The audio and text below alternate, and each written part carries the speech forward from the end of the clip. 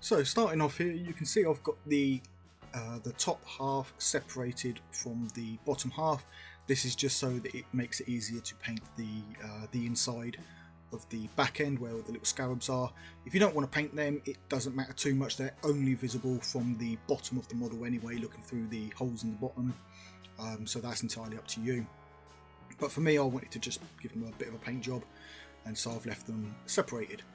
All I'm doing here now is applying Incubi Darkness to the various parts of the model that are going to have the chameleon paint over the top.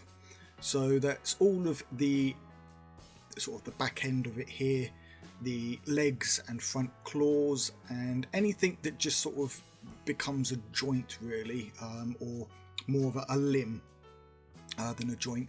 So any of the rounder shapes that join the limbs together, they're going to be left, as they'll get the bronzy colour later on. But all of the claws and such, and the details on the weapons and that, obviously you can have a look at the end for the exact places on the finished model. But yeah, a couple of coats of Incubi Darkness and that will get you started.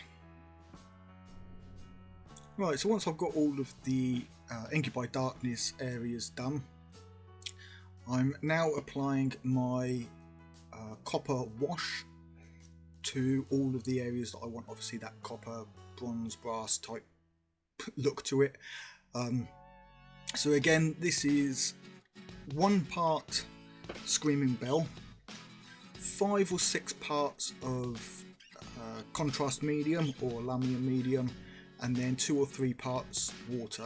I don't have it exact, you do have to sort of, you know, make the minor adjustments. I would start off with 1, 4 and 2 and then increase the Lamia medium and water until you get it about the consistency that you want. Now what I'm doing here is a sort of a feathering technique. I'm applying the paint as usual about 2/3 of the way up the area that I want, bringing it down into the area that I want darker so it deposits a little bit more of the paint down there, and then I'm very quickly rinsing the brush off, touching it to a paper towel just to absorb most of the moisture, and then just doing a sideways sort of a back and forth motion. And what that does is thin out the top slightly, the faded area, and just blend it back into that silver just a little bit more. So here I am rinsing it, and then you can see just backwards and forwards, and it just sort of thins that area out. I don't come back down into the copper too much, and I don't take it up into the silver too much either. Just a very quick light blend.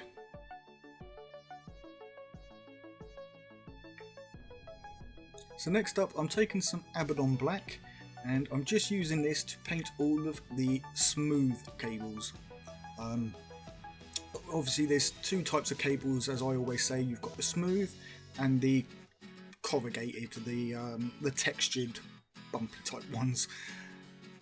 The bumpy type ones I leave silver with the non-oil wash in there, and that obviously gives them the texture that they need. And with smooth cables, I like to do them in blacks or greens, depending on what the cable is, with a little bit of highlight running along their edge, just to keep it simple and nothing too complicated with the cables, but it does separate the difference between the two. So I'll go around all of the model, making sure that we've got all the black cables done in nicely. Right, so I'm now taking some Ceramite White, and obviously this is a discontinued paint from GW, but it was their best white that they've ever done.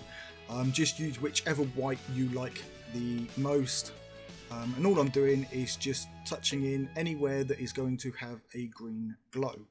So that's the sort of the centre orb here on the top of the Spyder's back, the eyes on the front of its faceplate. I do a small dot on all of the tiny scarabs that are inside. Each of them have sort of like a very small eye in there, so I'll do a little dot on that. And then again, you'll have to look at the model at the end. It's a little bit difficult to explain where all this white goes, but basically pick the areas that you want. So on top of his legs here, he's got those little orb looking pieces. I will put white on those. I will do white in the gem that's underneath him. I think it's a weapon or something, but yeah, he's got that big jewel there, so that will be done white. The injector, I'll do white as well. He's got the ejector nozzle, if you put that one on, obviously.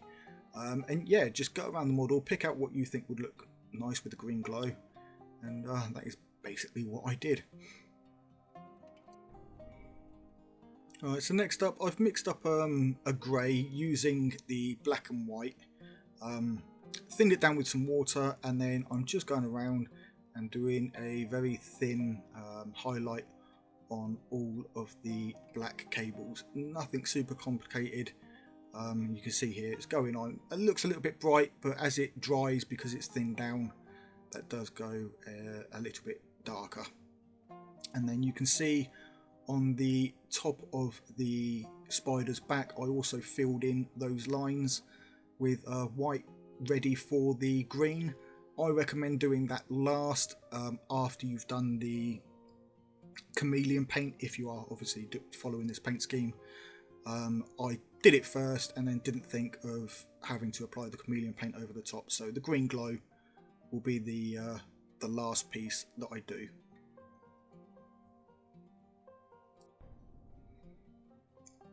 Okay, so I'm now using some of the colour shift metal, the Psychotic Illusions from Green Stuff World, and this is obviously the main colour for my army. It's like a two-tone colour shift. If you haven't seen the other videos, then obviously I've got those where you can see my army building up. So yeah, basically the chameleon colour shift paint over all of the Ink by Darkness areas. Obviously I keep this fairly thin, let it dry for about 10 minutes, and then apply a second coat. I don't do more than 2 coats. I find that it puts too much of the colour shift together and then you don't get that shift effect. 2 coats is definitely enough.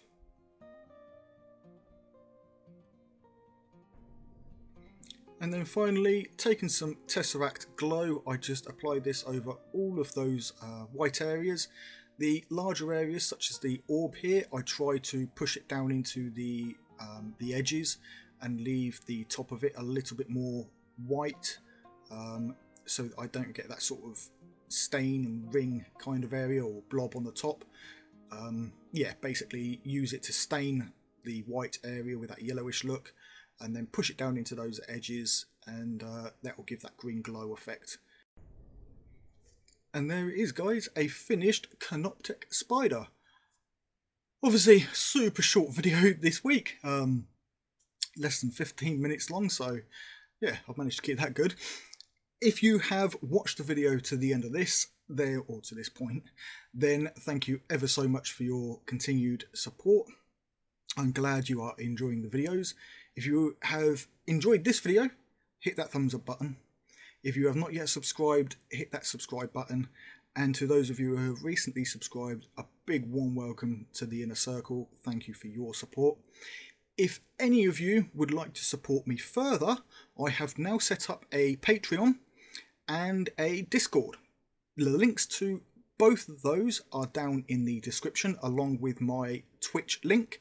I stream Sundays, Wednesdays and Fridays on Twitch. Friday may be changing, but for now it's Sunday, Wednesday and Fridays. So do go and check that out.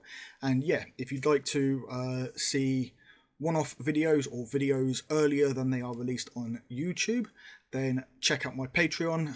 It's only a couple of pounds just to, support the channel, help the channel a little bit.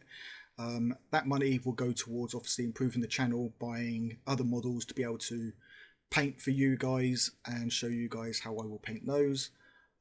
So yeah, links are all down there.